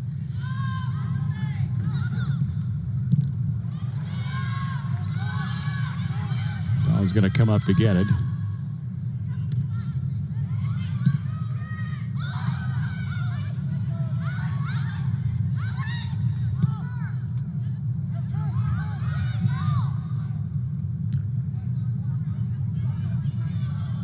Kansas has gone quite a bit farther down into its bench than Vanderbilt has. Commodores have used 5 subs tonight. Kansas with 9. The offense continues to be hard to come by for Darren Ambrose and company. They put up a dozen goals in this homestand on the first 3 matches, but not tonight. Raina Knust has gone in. She is from Missouri, the senior. Saw her for 17 minutes in the first half. Grigorski, a couple goals already this season, puts on the brakes. Vandy gets the takeaway.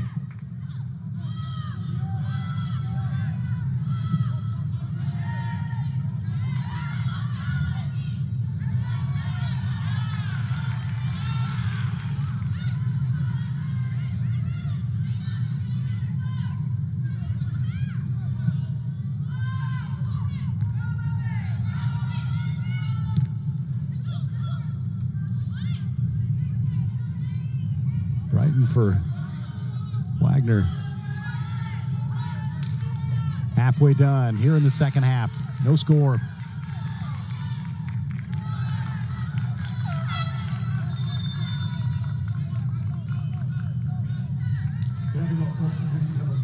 Sydney Watts, Rachel Dureski swap spots in the game. They played a lot together and have been a nice tandem.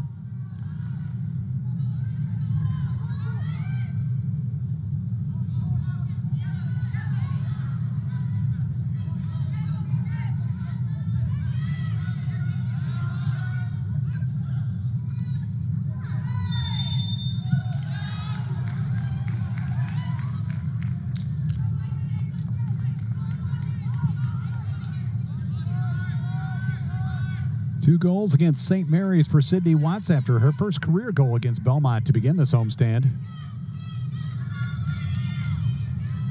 Player Darren Ambrose says has just made that big jump from freshman to sophomore season and realizing the amount of work it takes to be successful at the college level. You have all those accolades from high school, including Gatorade Player of the Year, so it'll get you in the door, but you playing against much tougher competition kind of ramps up at every level. she's been able to score in a lot of different ways too, and also has provided that more offensive contribution through just some assists and, like you said, really working well with Rachel Dureski. And she did have also really great chemistry she was starting to build with Addie Porter, which is why it is so unfortunate that Addie's not able to be out here tonight. And you know, that type of dynamic is so important, especially when you have some veteran players, some younger players as well. Just a great teaching moment, and it really does help that transition from freshman to sophomore that you mentioned that Sydney Watts has experienced. Just having those veteran players around her certainly helps. So Addie Porter there on the sideline a moment ago, the senior from North Carolina. Scored her second goal against St. Mary's, but injured and out of the lineup against Columbia, and then again tonight. But hope to have her back soon. A key part for this Vanderbilt team. Over 40 career matches on her resume and part of the SEC preseason watch list. We're under 20 to play. Can one of these teams break through? 2 second-half goals in the match last year that ended up a 1-1 draw in Lawrence.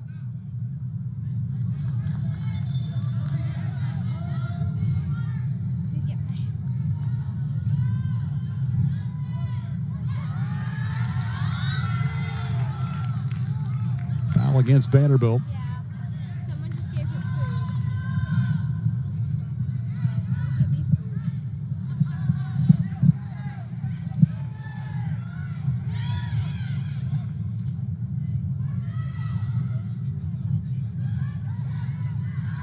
And that one went out of play.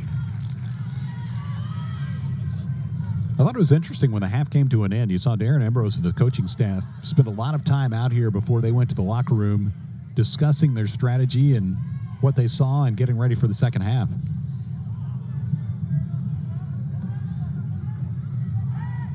Yeah, this is one of those games where it goes beyond just what the individual players are able to do. That's when the tactics really do have to come into play, when you're kind of at this stalemate. And both teams needed to do something creative here, or, you know, try something new, try a different tactic just to respond to the other. We saw a pretty equal split in terms of chances created, shots on goal, etc. between the two. And, you know, I think tonight it's who can capitalize maybe on the other's mistake, or that single set piece that we see. That could really be the difference maker. Set pieces have been few and far between in this match. We've seen obviously some free kicks, but not in terms of corner kicks tonight. Vanderbilt has the only one. That was back earlier in this half.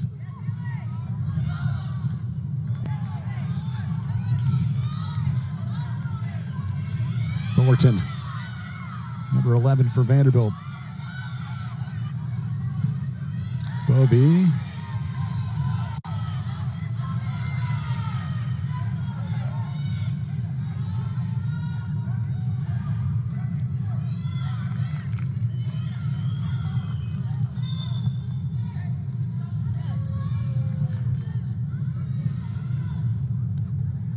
Three total shots on goal in this match. 2 for Kansas, 1 for Vanderbilt. And a first appearance for freshman Mary Beth McLaughlin. She's going to replace Jessica Hinton. Feels like Jessica's been in the middle of the action a whole lot more tonight than maybe any match we've seen. She has, and she's steady back there too. Very sure-footed, really good presence. You know, Coach Ambrose was saying she's not the most talkative or like vocal person off the field, but when she steps on, and you know, she's a real leader out there just through her play and through demonstration. I like her toughness and experience.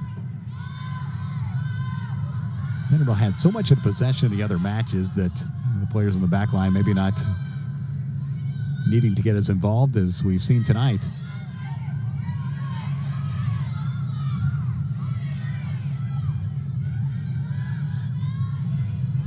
Brighton for Betts.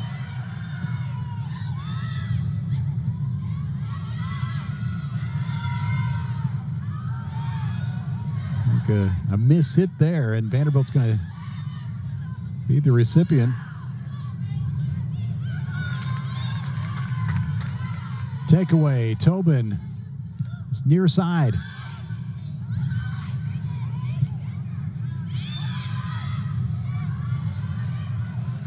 Good job by Kalnick, I should say, to run it down.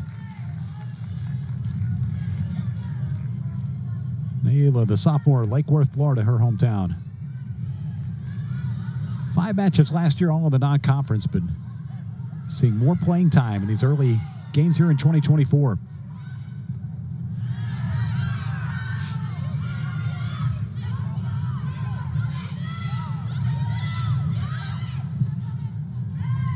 A little wide from Emily Tobin. Vanderbilt substitution, number 13, Ella Eggleston in for number 18, Mia Gonzalez. Number 17, Rachel Duraski in for number 5. Eggleston, Duraski, Jones back in for the stretch run with 15 to play.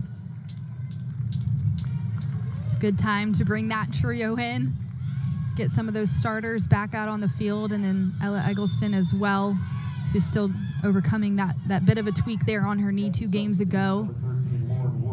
got them some rest, and so their fresher legs out here in the final 15 minutes could really provide a boost for Vanderbilt. Courtney Jones, one of those players that when it's a physical, competitive game, you want her right in the thick of it. This is close. It stays in. A dangerous spot for the Commodores. Match remains scoreless. This last play. It's Watts. Watts really threading the needle there. She had a very small window to get that cross off. It was really well placed, but Kansas just not able to capitalize. Long time in the air. Lands inside the box.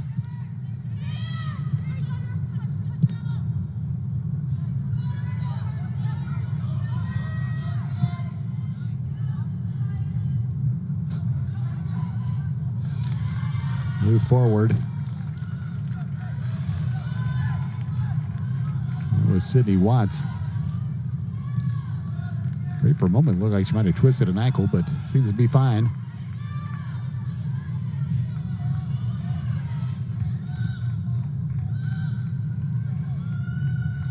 Eggleston.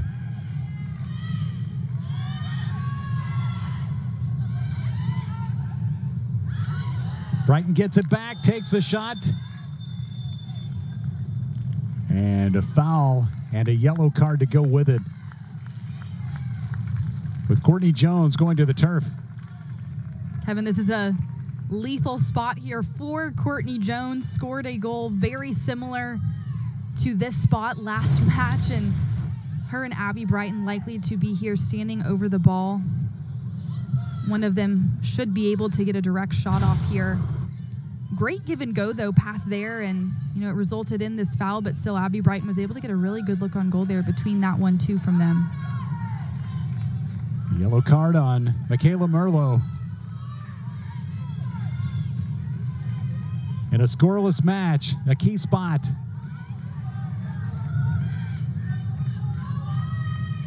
Free kick with Jones and Brighton.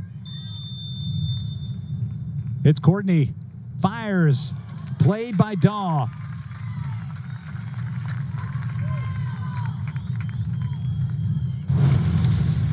Only the second save of the match required for Daw to keep it scoreless. Still a really good shot from there. Courtney Jones decides to try to sneak it on the inside of the wall there and goes for a bit more low and direct shot, and it's still a little bit different than what she showed us that she was capable of doing last game, and still able to get that one on frame. Expect to see a lot more from her this year from a similar position moving forward.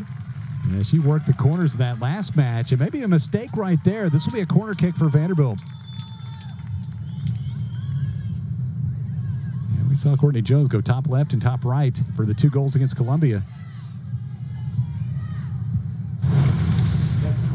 Watch this play by goalkeeper Sophie Daw at the near post. Substitution for Vanderbilt, number 3, Jessica Hinton. I think if she had left it alone, it probably would have gone the other direction, right? Yeah, she probably just didn't want to take a risk there of anything sneaking between her and the post. We've not seen Ella Eggleston take very many corner kicks. She will here with 12 to go.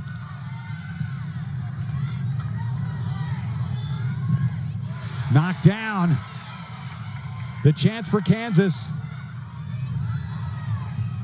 Dribbling in, and a shot that just missed for Lexi Watts.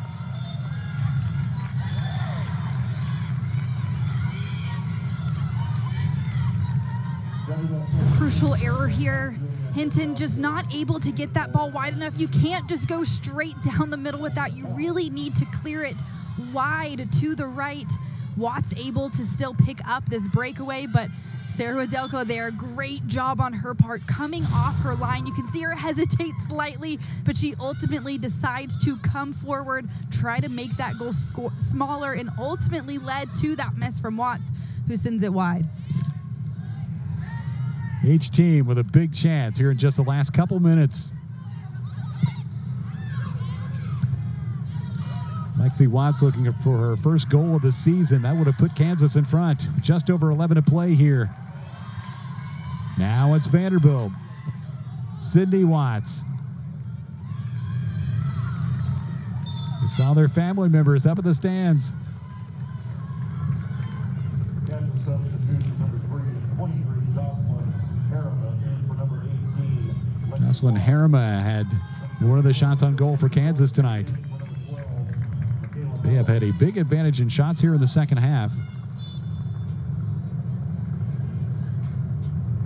See Lexi Watts check out.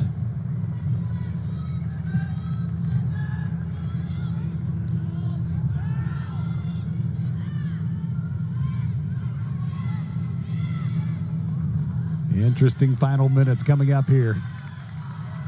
Eggleston trying to connect with Jones. Dureski. And more nice defensive work by Kansas. They have done it throughout the night. McLaughlin.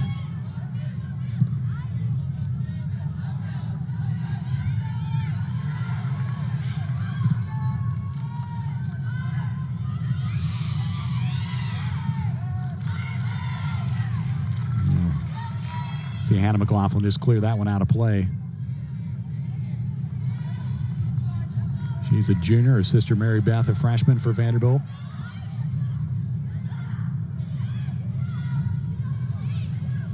Inside the 18.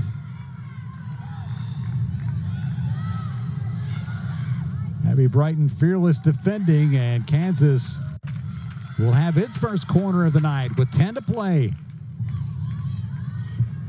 Again, another big play here coming forward for Kansas. This could be an opportunity for them. Once again, cannot waste this. Cannot end up in the side netting. Cannot end up in the hands of Wadelko. She needs this to find the head or the foot of one of her teammates. Castens plays it in. And the header is above the crossbar from Gregorski.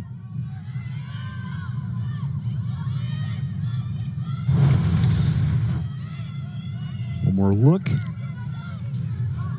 Vanderbilt substitution number 27. It's Gregorski and Page. Number 21, Mary Beth McLaughlin.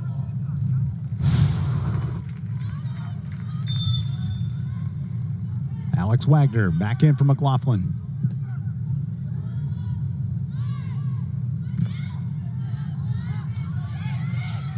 Wimes.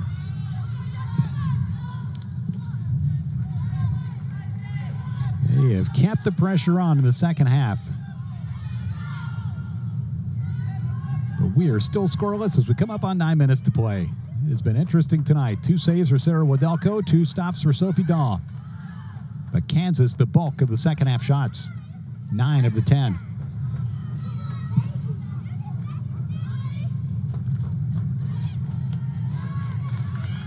To Jones. Well played by Bovey for Kansas.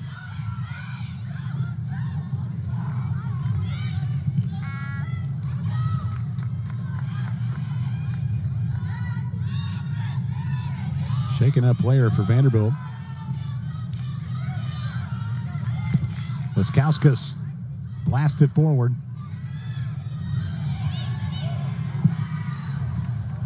Eggleston with the left.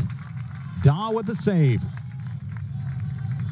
Till both teams are feeling the urgency to get something on goal, maybe resulting in not the best shot selection, but they just need to get something on frame. And, you know, there was a lot of power behind Ella Eggleston's shot right there, just not quite, you know, out of the range of Daw.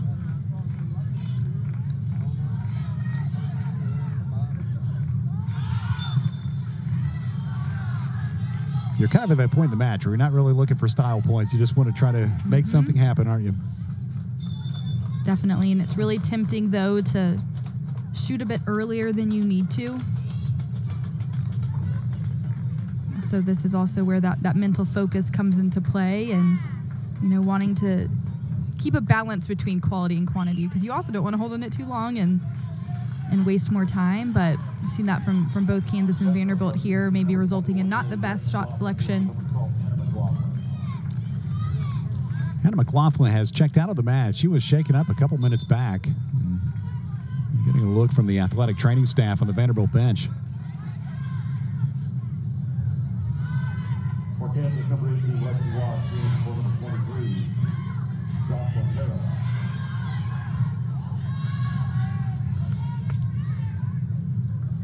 One McLaughlin's sister in and one checks out. 7.5 minutes to play.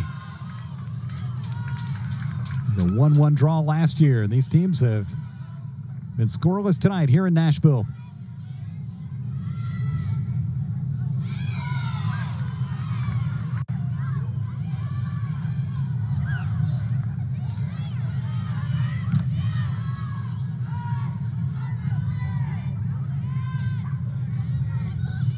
Emily Tobin over to Wimes.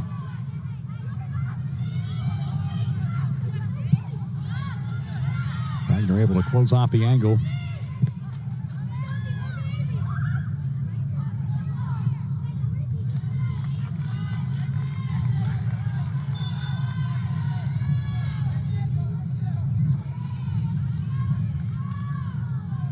On for Kansas, Michaela Merlo. Number 12, Michaela Merlo, and for number 13, Lauren Wood. Players appeared in right around 80 matches in her career, including 75 in 4 years at University of Colorado at Colorado Springs.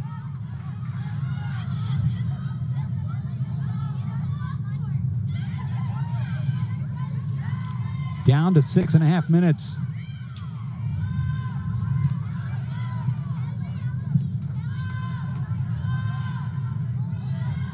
And back downfield where Sophie Dahl will go over it again. A redshirt freshman from Memphis.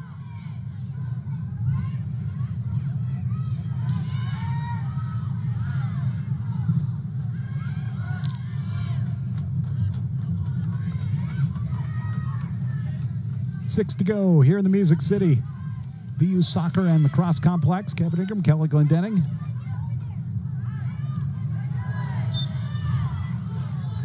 Foul on Gregorski.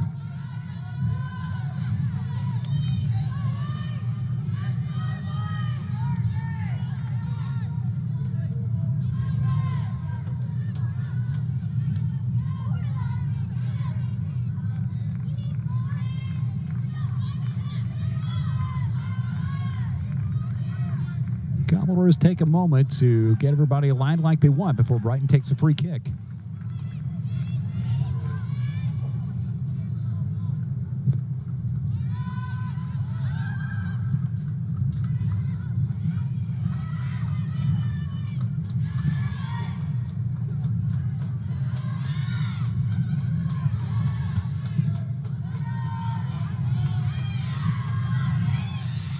Bounces all the way back. Maybe another big chance. Wimes. Wagner gives chase. Hit the post. Wadelko will scoop it up. Sometimes it takes some help.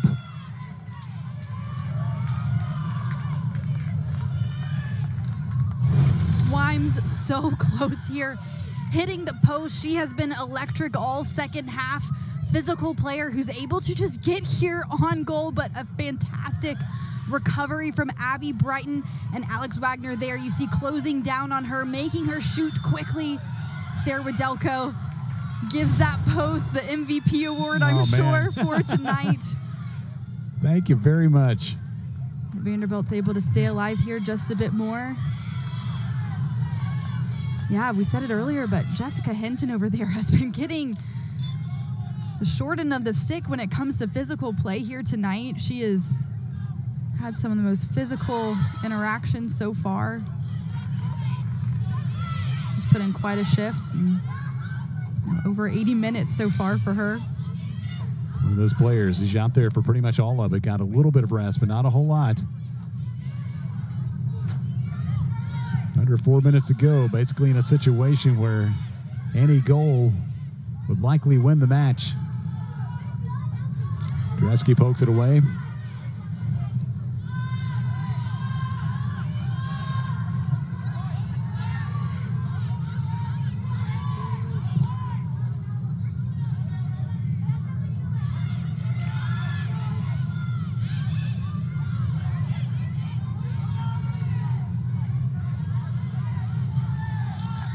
Been a tough physical match throughout the night. Grigorski dribbles in. We'll see what the call is here. This will be Vanderbilt. It's the goal kick for Sarah Wadelko. About 3 to go. Vanderbilt substitution, number 5, Caroline Betson, number 99, Julia Laskowski. You see the subs entering for Vanderbilt, including Betts and Gonzalez. Number 18, Mia Gonzalez, and number 15, Sydney Watt. Hannah McLaughlin back out there as well.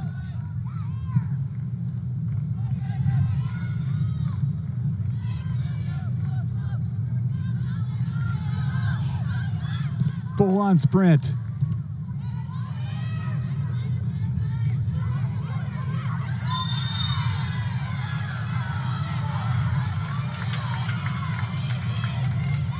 Free kick for Kansas. Under 3 to go.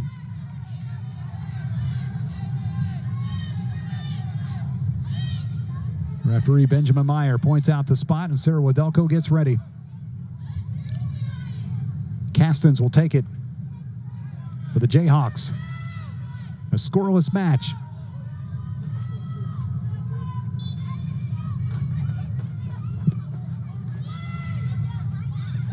Inside the box, play continues. Cleared out. Jones looks to start it the other way.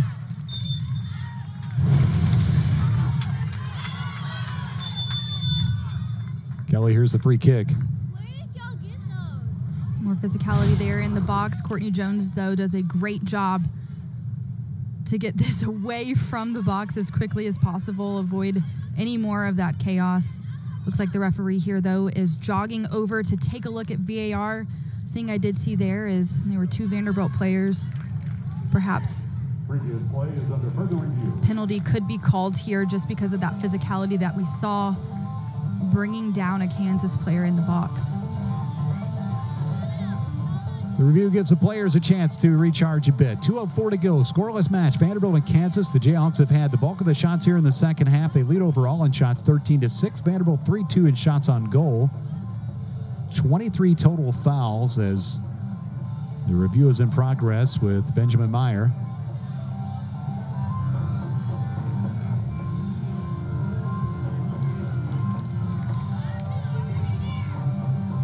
It was a quick review. Looks like a play on.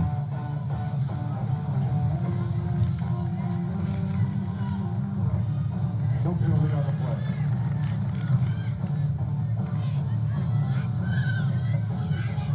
Head coach Nate Lee, his first season after a lot of success at Xavier.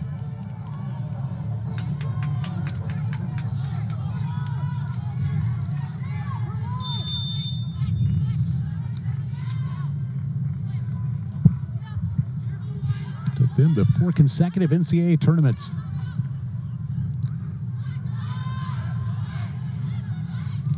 Final 2 minutes here in Nashville. It's been a tight match throughout the night. Somebody break through.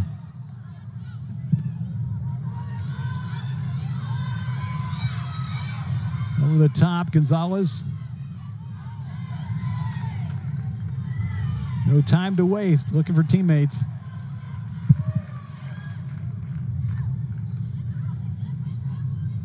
Vanderbilt will pause for a moment and let McLaughlin throw it in. Have to do it again with 1:20.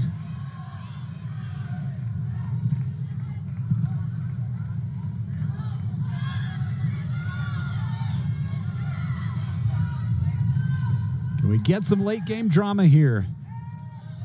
Out of midfield, it's Brighton. 1 minute remaining. Final minute of play. Brighton couldn't get much on it. You wonder if that might have been Vanderbilt's last best chance.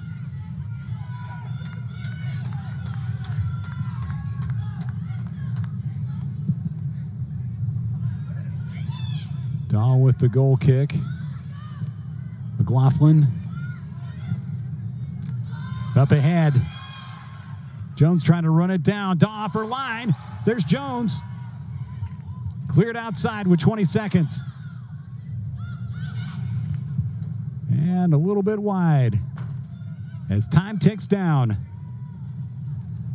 10, 9, 0-0 will send it away, and 6, 0-0 will be the final result. 2, 1. For the second year in a row, Vanderbilt and Kansas play to a draw, scoreless here in Nashville. Coach Darren Ambrose, Coach Nate Lee, outstanding leaders of their programs, and that was a heck of a match. It really was. I think it's more of a reflection of what Vanderbilt will likely see moving into SEC conference play. Just that pressure from Kansas. We knew coming into this game they'd had some bad luck in the first half of the season, but Kansas was not a bad team. So coming in here tonight, I think this was a very good confidence-building match for them as well, knowing they can play against a high-caliber team like Vanderbilt, who has had a lot of success, has scored a lot of goals in the opening games, and still come away with a shutout. Teams had their moments, especially for Kansas in the second half. Vanderbilt had opportunities as well. The Commodores go to 3-0-2. Kansas now 2-1-3. A fun night for the Watts sisters. Sydney for Vanderbilt and Lexi for Kansas.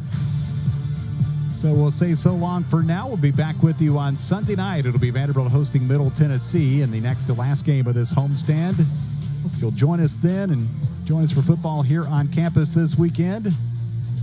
Fun night in Nashville. 5 total shots on goal, a scoreless draw for Kelly Clendenning. Our whole crew, Kevin Ingram, saying good night. A presentation of the SEC Network.